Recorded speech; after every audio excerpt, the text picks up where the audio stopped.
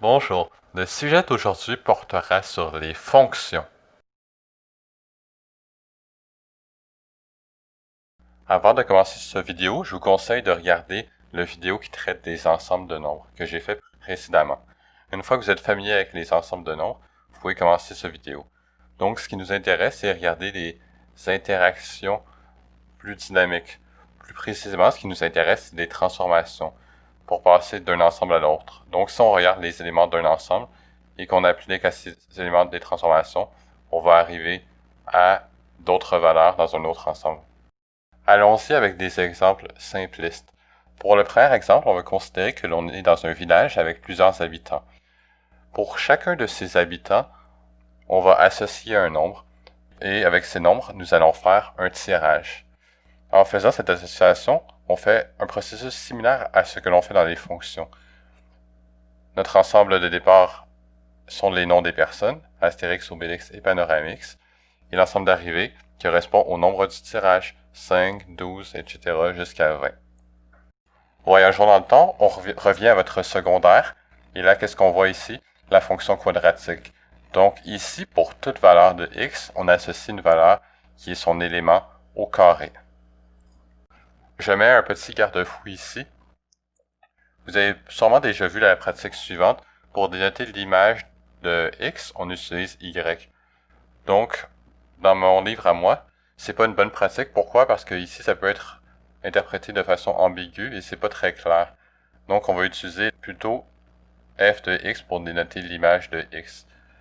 Ici, par contre, c'est pas encore suffisant. Il faut avoir un peu une notation plus rigoureuse parce qu'ici, on peut se demander x c'est quoi? Et là, c'est pas très clair. Si vous prenez un x qui est plus petit que 0, qu'est-ce qui arrive?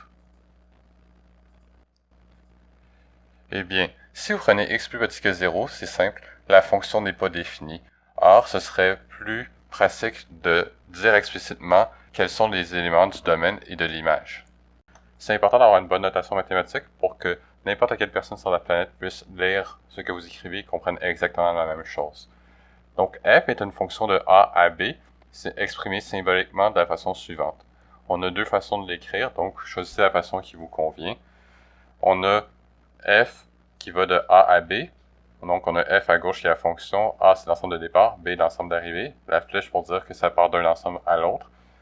Et c'est ça, on peut aussi écrire a va à b avec le f au-dessus de la flèche pour dire que c'est par l'utilisation de la fonction f. A correspond au domaine de la fonction. C'est quoi le domaine de la fonction? C'est l'ensemble des valeurs prises par l'ensemble de départ. Donc dans notre exemple simpliste, c'est Astérix, Obélix et Panoramix. B correspond à l'image de la fonction. C'est quoi l'image? C'est l'ensemble des éléments dans l'ensemble d'arrivée. Donc, dans notre cas, c'est 5, 12 et 20. Une autre notation intéressante à observer, c'est par rapport à la transformation d'un élément en son image respective. Donc, f transforme x en f de x, c'est exprimé symboliquement de deux façons différentes, qui est un peu similaire à ce qu'on a vu précédemment. La différence, c'est la forme de la flèche qui est utilisée.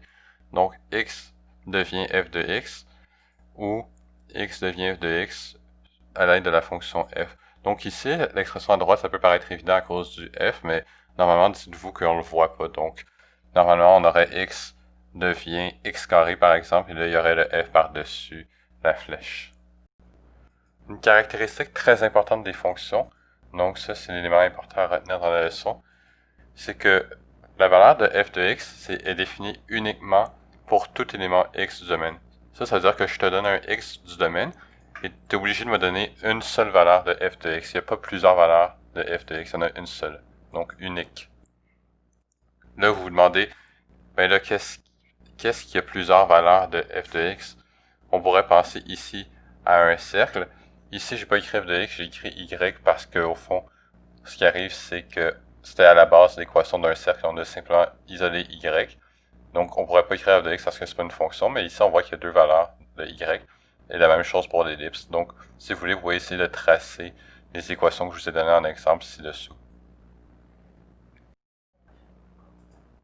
On va faire un exemple pour se pratiquer. Donc, je vous encourage à essayer de le faire par vous-même si vous pouvez, en faisant pause à la vidéo. Donc, on a la fonction f qui correspond à la racine carrée de x. Et ce que je vous demande, c'est de trouver le domaine de la fonction et l'image de la fonction.